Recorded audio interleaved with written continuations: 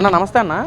మరి ఈ రోజున రేపు 12వ తారీఖుకి కూటమి ప్రభుత్వం అయ్యి 2 సంవత్సరాలు అవుతుంది. మరి సీఎంగా చంద్రబాబు పరిపాలన స్టార్ట్ చేసి మరి అదే 12వ తారీఖు లోపు 4 నుంచి 12వ తారీఖు దాకా వైసీపీ నాయకులందరూ ప్రజల్లో ఉండండి. ఈ 2 సంవత్సరాలు కూడా ప్రజల్ని ఎలా వెన్నుపోటు పొడిచారో, మోసపూరిత హామీలు ఇచ్చారో మొత్తం ప్రజలకు తెలియచేయండి అని చెప్పి వైసీపీ నాయకులందరూ ప్రజల్లోకి రాబోతున్నారు.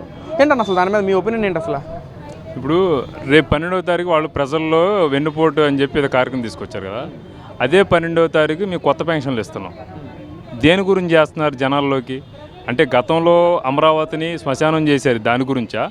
75% పూర్తయిన పోలవరం దాన్ని నిర్వీర్యం చేసేసి దాన్ని మళ్ళీ నేలమట్టం చేసినందుక, ఇంకోటి కియా కంపెనీకి సంబంధించిన అనుబంధ సంస్థలన్నీ పంపించేసినందుక, లేదా జాకీ కంపెనీ తిరిగి పంపించేసినందుక, అమర్నాథ బ్యాటరీ కంపెనీ 9,000 కోట్ల రూపాయలు పెట్టుబడి పెడతానంటే దాన్ని పక్క రాష్ట్రానికి పంపించేసినందుక, దేనికోసం వస్తున్నారు, ఏమని చెప్తారు ప్రజలకి? ఒక అమ్మమ్మకి పెన్షన్ రావాలంటే 3,000 నుంచి 4,000 చేసాం. అలాగే మెగా డిఎస్సి పెట్టి 1,000 ఉద్యోగాలు ఇచ్చాం. అలాగే వందల పెట్టుబడులు కంపెనీలు వచ్చి లక్షల ఉద్యోగాలు వచ్చినాయి ఈ రోజున. దాని గురించా? భోగాపురం ఎయిర్పోర్టు ఈ రోజున పూర్తి అయిపోతుంది, దాని గురించా? లేదంటే ప్రపంచంలోనే పెద్ద సంస్థ గూగుల్ సంస్థ ఈ రోజున వైజాగ్లో పెడుతున్నందుక, దేని గురించి చెప్పుకుంటా పోతే ఈ రోజు సరిపోదు మేము చేసిన కార్యక్రమాలు. మీరు ఏమని ప్రజల్లోకి వస్తారు, ఏమని చెప్తారు? మేము బాబాయిని పొడిసామని చెప్తారా? లేదంటే మా చెల్లిని తల్లిని బయటికి పంపించేసామని చెప్తారా? మేము అనాథులు, మా బాబు చచ్చిపోతే మేము సంతకాల సేకరణ చేసాం, మమ్మల్ని సీఎం చేయండి అని చెప్పి అడుక్కోవడానికి వస్తున్నారా? దేనికి వస్తున్నారు? సిగ్గు లజ్జ ఉంటే ప్రజల్లో తిరగరు, మీరు వస్తారు. మేము ఆ రోజున మీరు చేసిన అన్యాయాలు ప్రజల్లోకి వెళ్తే మమ్మల్ని బ్రహ్మరథం పెట్టి ఆ యదవ పోవాలి, ఆ రాక్షసుడు పోవాలి, రామరాజ్యం రావాలని చెప్పి అత్యధిక భారీ మెజార్టీ, కనీ విని ఎరగని చరిత్రలో తెలుగుదేశం పార్టీ భారీ మెజార్టీతో ఎన్డీఏ కూటమి నాయకులందరినీ గెలిపించుకున్నారు ప్రజలు.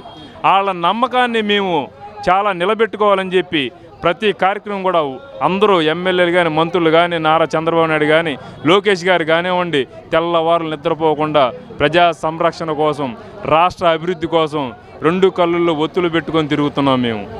మా గురించి చెప్పే అర్హత కానీ, ప్రజల్లో తిరిగే అర్హత కానీ ఈ వైసీపీ నాయకులకు లేదని చెప్పి సందర్భం తెలియజేస్తాం. ఇక్కడ డిఎస్సి విషయానికి వస్తే, ఏదైతే లోకేష్ ఐటీ శాఖ ప్లస్ విద్యాశాఖ వచ్చిన తర్వాత డిఎస్సి మెగా డిఎస్సి అంటే రిలీజ్ చేశారు, కానీ నిరుద్యోగవతలు మొత్తం నీళ్లు పోసారు, ఆవిరి మీద నీళ్లు పోసే విధంగా చేశారు. కానీ అది డిఎస్సి కాదు, దగా డిఎస్సి అని చెప్పి మాట్లాడుతున్నారు అన్న. ఏంటి అసలు నిజంగా ఒక్కో పోస్టు లోకేష్ 15 లక్షల చొప్పున నమ్ముకున్నారంటారా, లేక ఏంటి అసలు? ఇప్పుడు నేను ఒక మాట చెప్తానండి.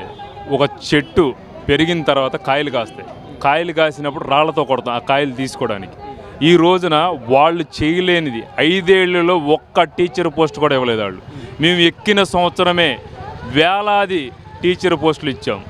దాన్ని ఏదో విధంగా మా పేరు చెడగొట్టడానికి, మాకు జనాల్లో వస్తున్న ఏదైనా పబ్లిసిటీ ఉందో అదైతే డైవర్ట్ చేయడానికి, డైవర్ట్ పాలిటిక్స్ తప్పించి వాళ్ళు చెప్పే దాంట్లో ఇంత కూడా నిజం ఉండదని చెప్పి సందర్భంగా తెలియజేస్తారు. అంటే ఈ రోజున స్పోర్ట్స్ కోటాకు సంబంధించిన 400 పోస్టులు కూడా పారదర్శకంగా చేయలేదు లోకేష్.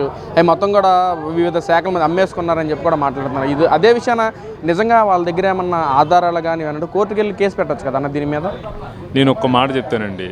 నారా చంద్రబాబు నాయుడు గారి నాయకత్వంలో ఆయన ముఖ్యమంత్రిగా ఉండగా ఎటువంటి అవినీతికి కూడా తావుండదు. ఏదైనా ఉంది అనుకుంటే, మీకు నిజంగా మీ దగ్గర ఆధారాలు ఉంటే నిరూపియండి. అది ఇంటి కుటుంబ సభ్యుడైనా, బయటోడైనా, పార్టీ కార్యకర్త అయినా యాక్షన్ అయితే ఒకేలా ఉంటుంది. మా నారా చంద్రబాబు నాయుడు గారు ముఖ్యమంత్రి ఉండగా మా ఎన్డీఏ ప్రభుత్వంలో అవినీతికి అసలు తావే లేదు.